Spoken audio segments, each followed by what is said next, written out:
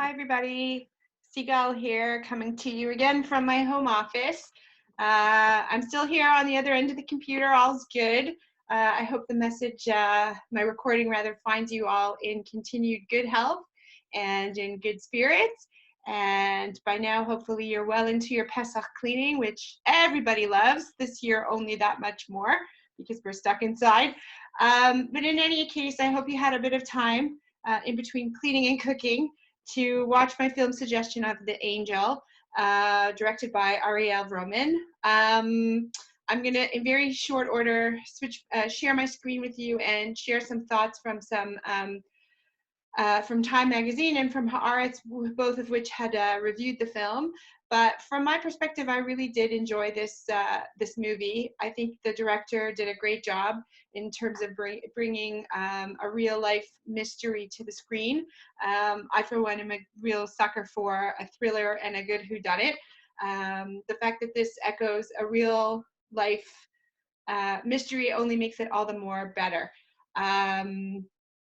I know that I had asked you a couple questions on the discussion forum. The first one, of course, the big question, was Ashraf Marwan a double agent? Was he a pacifist of the highest order and one of Israel's heroes? Or was the truth somewhere in between? I have to say that with all the research and having watched the film and all the reading that I did, my answer is I really don't know. If you listen to the Mossad, they're very clear in explaining that he was, in fact, a pacifist and a real hero to the people of Israel.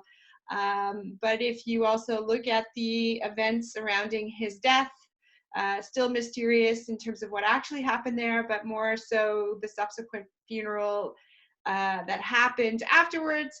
There is some evidence potentially that could point towards him being a double agent. Certainly the motif of the boy who cried wolf that we see so eloquently done in the film does raise an eyebrow as to what exactly was motivating this incredible person. Was it greed? Was it an interest to rise to political power? And potentially, was it because he was a gambler and maybe had incurred a bunch of debt at the time and needed to make some money? Or was it just that he wanted peace in his time for his family and for the Israeli people as well?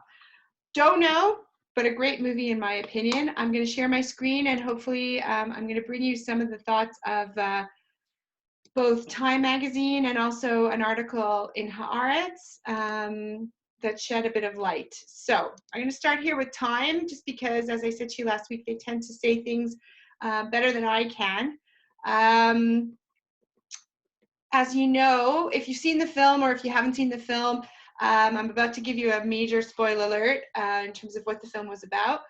It takes place just on the cusp of the Yom Kippur War, where Egypt and Syrian forces mount a joint attack on Israel in 1973, Yom Kippur.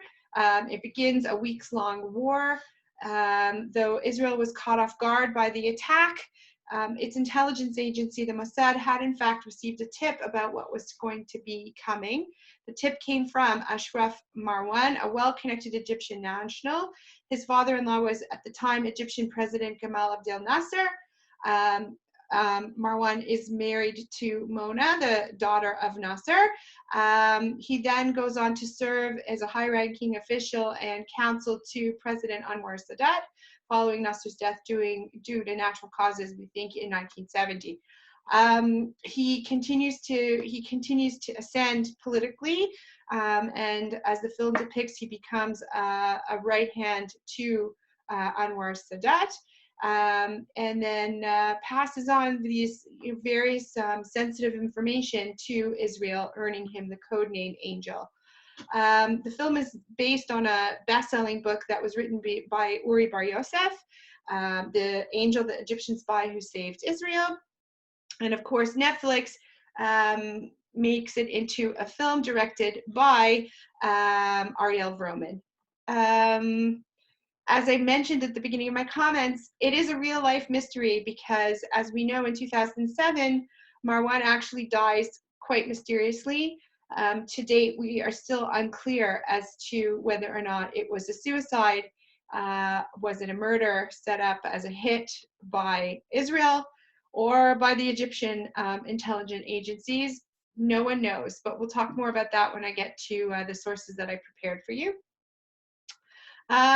The film, apparently, as most Hollywood films do, does take some liberties with the truth. The story is, of course, based on true events. And this article in Time Magazine did a really great job of telling us what was true and what was kind of a little bit of a departure from the truth, but based on some true events. So part of the reason why there was so much doubt cast on Ashraf Marwan's motives was because, unlike other assets for the Mossad, they did not recruit him. He was what they call a walk-in. He volunteered the information. The events depicted of him calling from a London telephone booth actually are based in true fact. There is a little bit of speculation as to, what was going on at the time that might have motivated him. Some say that it was because he had amassed some gambling debts and was in need of funds. Others say that because of the scathing way in which Nasser had actually treated him in the political echelon as he was married to his daughter, publicly embarrassing him on many occasions and actually calling for his daughter to divorce him, may have in fact contributed to his initial motivation of sharing information with Israel out of revenge against President Nasser. But what is true is the fact that he did reach out to Israel first. Now, the other thing that's true is that Marwan does give information to the Israeli government on a regular basis. What the film sort of glosses over is the fact that it wasn't for free. Each visit and exchange of information, I believe, accounts for about the equivalent of $100,000 US today. With him making somewhere in the neighborhood of over $3 million for the information that he gave to Israel. What also is true is that, in fact, he does warn the Israeli government that an impending war with Egypt is coming on 2 occasions prior. That information does prove to be inaccurate potentially, or just maybe potentially not up to date. In fact, plans changed and war was delayed on 2 separate occasions.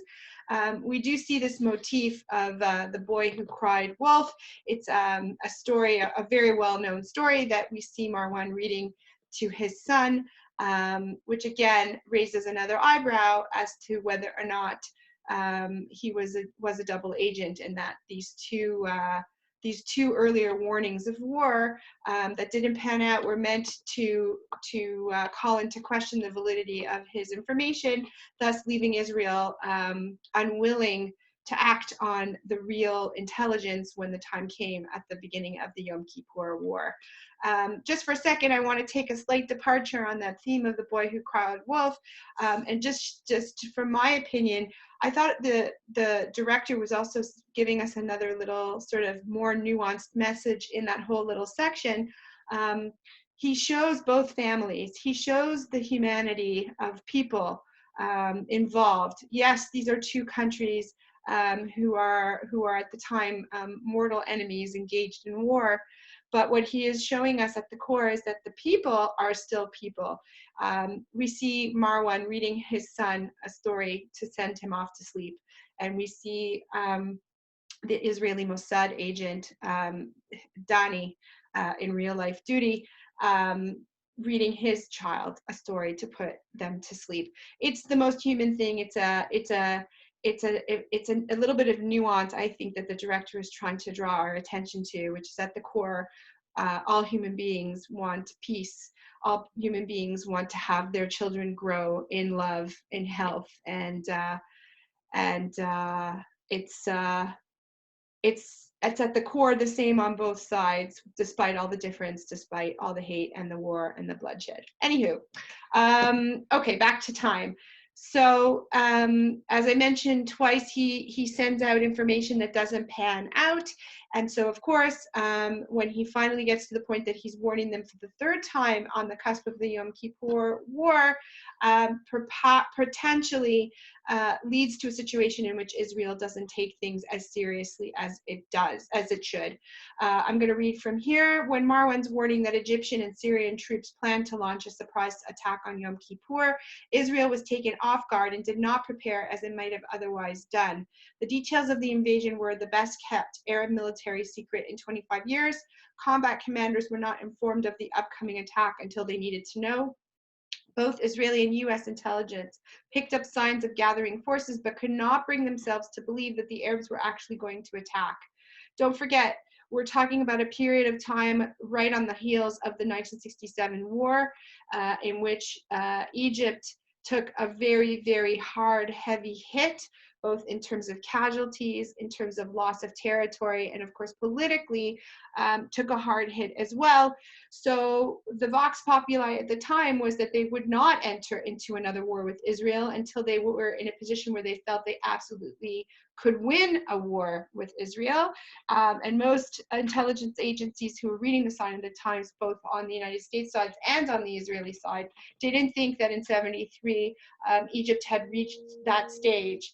So it definitely lends itself to, you know, the events that panned out as they did, with Israel not necessarily reacting with enough haste.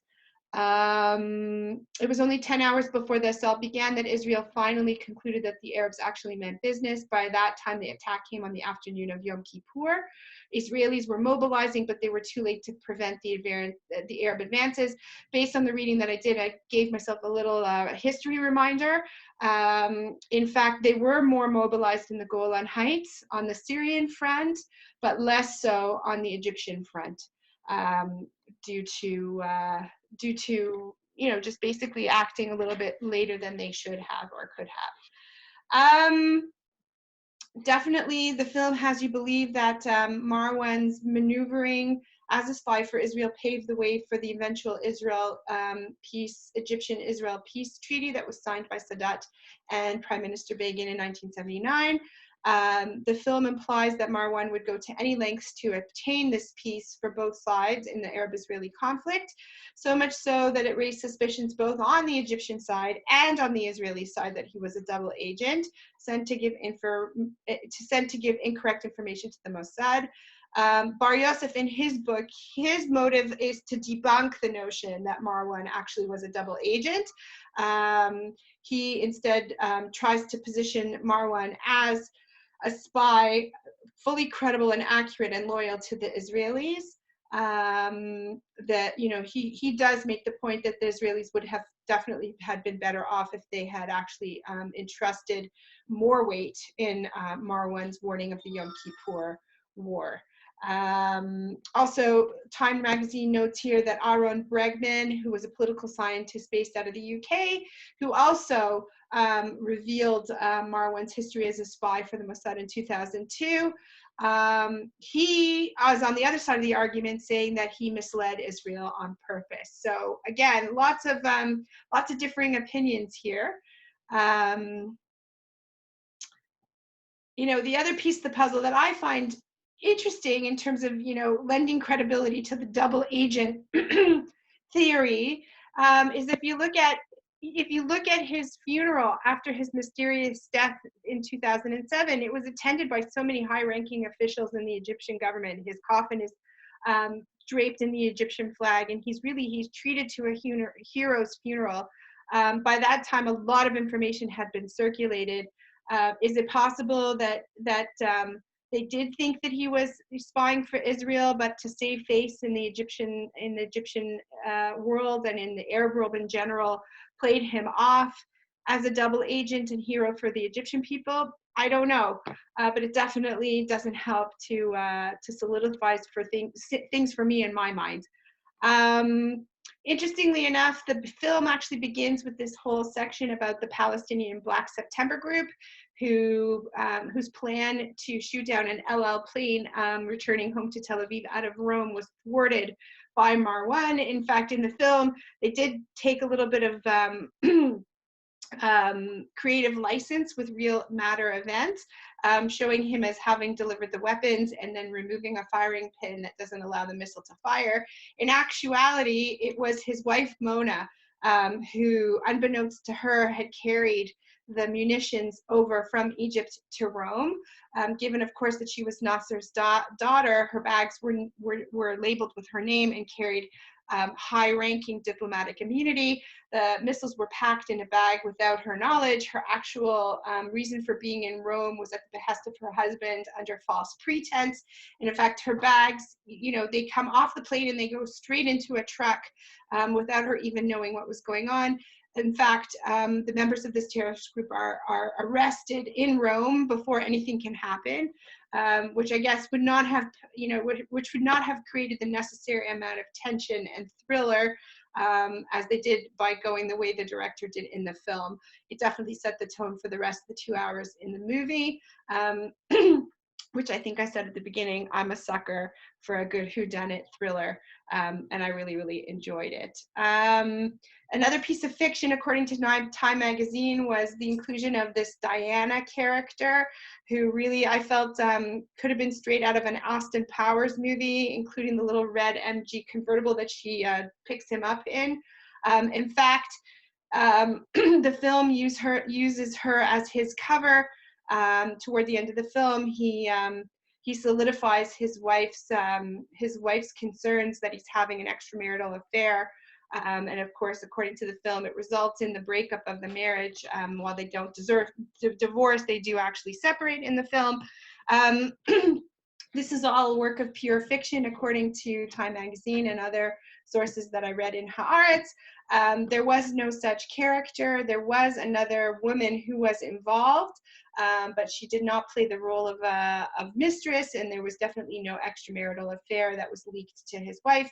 In fact, he and his wife, Mona, remained happily married until the time of his death in 2007.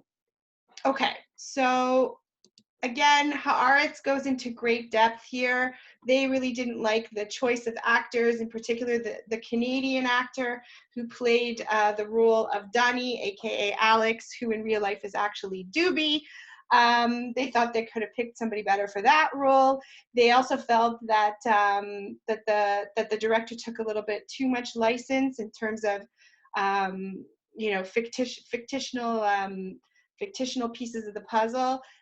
In fact, as well, they also took issue with the fact that while they do show that money is exchanging hands, the film does underplay the fact of how much money we're talking about. As I mentioned, it's somewhere in the neighborhood estimated at around $3 million that exchanged hands throughout the course of the relationship between the Mossad and Ashraf for the information that he was sharing. There's, of course, this underpinning motif of the James Bond spy character. In fact, in reality, one of the original code names, the Angel, he did carry a number of different code names throughout his relationship with the Mossad.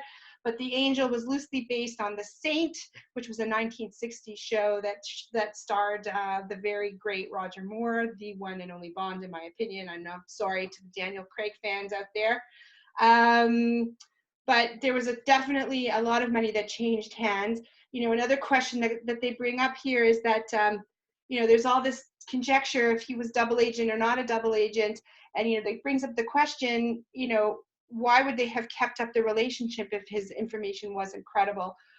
Despite the fact that 2 warnings, leading up to the Yom Kippur War didn't prove to be accurate. I'm not going to say that they were false, but rather that I think plans just changed and he wasn't kept in the loop, so he was a little late to the game. There's clear evidence that there was a ton of really high-ranking secret information that was passed, that was credible, which obviously kept the Mossad, for good reason, engaged with this particular asset. Okay, so to the next piece of the puzzle. So I created two sources for you. One really is more centered around the idea of this real life mystery that unfolds. you've got a really, excuse me, incredible article. It's rather lengthy, but in my opinion, really well worth the read. It came out in Haaretz, and it features Dubi, the actual agent that handled Ashraf Marwan throughout the course of this time. There's another one that comes out of the CIA library, which was also very riveting. It's done as a review of the book, but it actually was also a case study that the CIA used in training its agents, which I found was a really very, very interesting read. Then, of course, we get to the period in time in 2007 where where Ashraf was killed. Some conjectures say that he commits suicide and jumps off of the balcony of his apartment. According to his wife, she's claiming that the Mossad actually killed her husband. And then there's another article here that you can reference from the New York Times. That reporter feels, he shoulders a bit of personal responsibility in the role that he played in having the true identity of the angel revealed, which he feels, again, could have led to his death. Whether you believe if you do in fact not subscribe to the theory that this was suicide of any kind, it's still difficult to understand which side might have ordered his murder. Was it the Israeli side? Was it the Egyptian side? I'm not even going to try to offer an opinion because I think there's just so much going on here that it's difficult to understand. Okay, and then you have another source called "Peace Must Be Fought For." It's a line that comes up in the film. We hear right almost towards the beginning of the film. There's a really, really interesting line that the character utters when he's arguing with Nasser at the table. He asks the question, "What is more important, our land or our people?" And further down along the film, there's this line, "Peace must be fought for," which we know was very much made famous by Jimmy Carter, who played a central role in the Egyptian-Israeli peace process at the time. I brought you some articles out of Encyclopedia Britannica, some about the Yom Kippur War, about the political sort of cascade of events as a result of the Yom Kippur in the second article, a little bit about the Sadat regime, of course, a bit about Jimmy Carter and the continued work that he does towards finding peace in the world, creating peace in the world. And then this last little piece. So I tend to watch movies partly for enjoyment, of course, like we all do. But in this case, because I was planning to review it for you, of course, I was sitting there watching with my notebook and pen in hand. And there was the scene where Marwan is sent by President Sadat to go and meet with Gaddafi in Libya. And I noticed in the scene that they're setting on the outside of the palace, you see a bunch of guards. And one of the guards was actually a woman, which definitely gave me pause because I have often and still equate, the status of women in the Arab world as being less than standard, in my opinion. And so it just was very intriguing to me. So I started down the path of trying to figure out, was this fiction or was this based at all in fact? And while I realize Libya is still sadly among the list of countries that doesn't recognize the validity of the land of Israel, it still sent me down a little bit of a rabbit hole in terms of trying to understand, did they actually have women in the military? I interestingly found out that in fact, Gaddafi, he legislated that women be part of the military. So that woman guard was likely something that would have been seen at the time in juxtaposition to the women that you see inside the palace who have been subjugated to the role of the harem, who he passes off in the same way that he offers Ashraf a drink or an hors d'oeuvre. Interestingly enough, what I also found out is that this initial order by Gaddafi to conscript women into the military was part and parcel of his overthrowing and the rebellion that ensued thereafter. In fact, women played a very, very central role in the rebellion to overthrow the Gaddafi order. So I gave you another article coming out of the Smithsonian Magazine that outlines the contributions that they made. Just an interesting piece of the puzzle that I thought was important. What else did I want to share with you? I really hope that you enjoyed the film. I thought it was really, really well done. And as I said, there was a lot of stuff that came out of it for me in terms of research. I really hope that everybody continues to stay healthy and to stay sane and to stay positive and to enjoy the time that they have to spend with family, albeit under very, very adverse situations. I hope that this little piece of history in terms of another journey that we shared with Egypt, who has become since a peaceful neighbor, thankfully, in a nod to the preparations towards Chag HaPesach.